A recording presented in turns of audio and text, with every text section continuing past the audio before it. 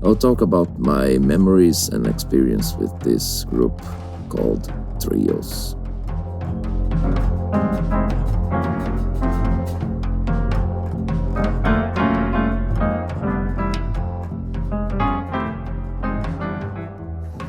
I remember it was 1992. I've met Emilio Mendonça. We were working together, but not close, at a music conservatory in São Paulo. And he was interested to play together, inspired by some music from Keith Jarrett, Bob Stenson, something like that. Then we started to play every week together in 1993 with a drummer called Ivan Volkov. He was the main drummer from this project, and Emilio decided to call this trio as Triozz. And at that point, we've made some concerts during the next 2 years, approximately, and some recordings, some homemade recordings, and also in 1993 and 4. And after that, on my first studio in São Paulo in 1998, up to 2001 maybe, or 2002, I'm not sure. It's a long time ago, more than 20 years. So we've lost contact from, no, it was up to 2000. After that, Ivan moved to Brazilian South region, and we've lost contact. I lost his mobile number. He was a bit away from internet and email, this kind of stuff. And also at that time, we were no more active playing concerts or something like that. Then I remember, anyway, I was close to Emilio and we were playing regularly, but mostly at my studio instead of some concerts. And sometimes after he gives some classes at the music school, when he back to home, my studio was basically on the way, and it was common to meet him and play something together, and sometimes we recorded some duos.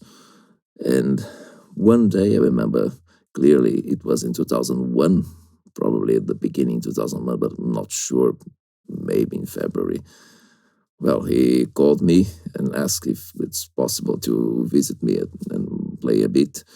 And the studio was set up to record a trio using my double bass with Nene Trio from the album Caminho Novo. We met later, and in this meantime, Marcio Gibson, a drummer I've met recently, called me and talked to me about the possibility to make someday in a close future some improvised recording. So I told him, okay, Nene's drummer is already set up, my double bass is already set up, and my piano is already set up also, and Emilio will arrive at my studio in about 1 or 2 hours. So Marcio came to my studio, and we met at that time, and everything was ready to start to record. At that time, I still record in ADAT tape because hard drive was quite expensive in Brazil and not so large as we have today. I remember we didn't talk too much to each other, just went to our place to hold the instrument properly, and I just start to record. Each tape has about 40 minutes to be recorded, and we just recorded without intervals or something. The only interval we've made was to check how much time we still have to play. And I remember it was only 1 or 2 minutes. And so we played the last improvisation. And I remember at the end, we were really satisfied, but in a kind of floating mood. We were not talking too much to each other, just enjoying that nice mood after playing a good session together. And just save this recording, made a backup, and transferred it to a hard drive about 10 years after, when hard drives start to be big enough to get all these recordings from this period in between 1995 and 2004, 2003, 4. And then after a long time, I had enough time to mix and produce it. And talk about Marcio is interesting because we didn't have some frequent contact as I had kind of routine meeting Emilio. Was only sometimes with no regular project. Was a strong sense together that combines respect, curiosity, and a kind of feeling that's really important to make improvised music, especially if you wish to explore some different soundscapes with your instruments together with others during your improvisation.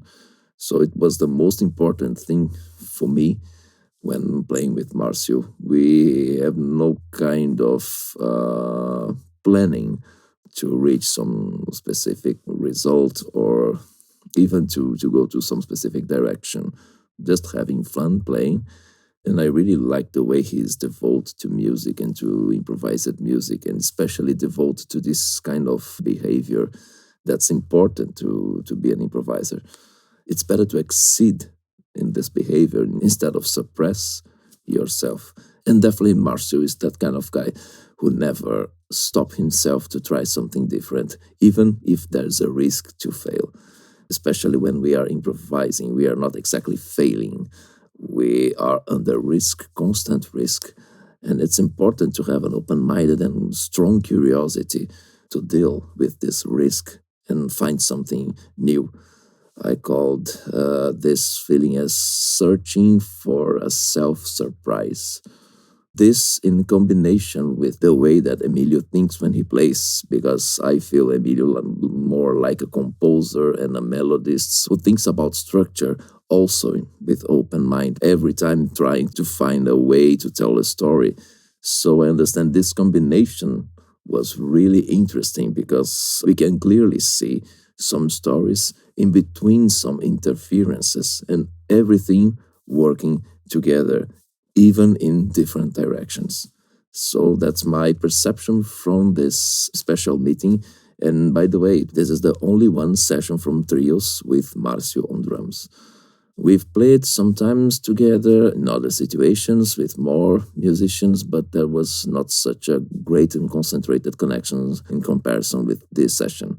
So that's why I insist to keep all tracks at the same sequence as they were played, without interference. Only some minor cuts, for example, to reduce intervals in between the improvisations, or to reduce some small noises from drumsticks hitting each other in between improvisations, things like that. So I'm really proud and self-surprised by this session as desired.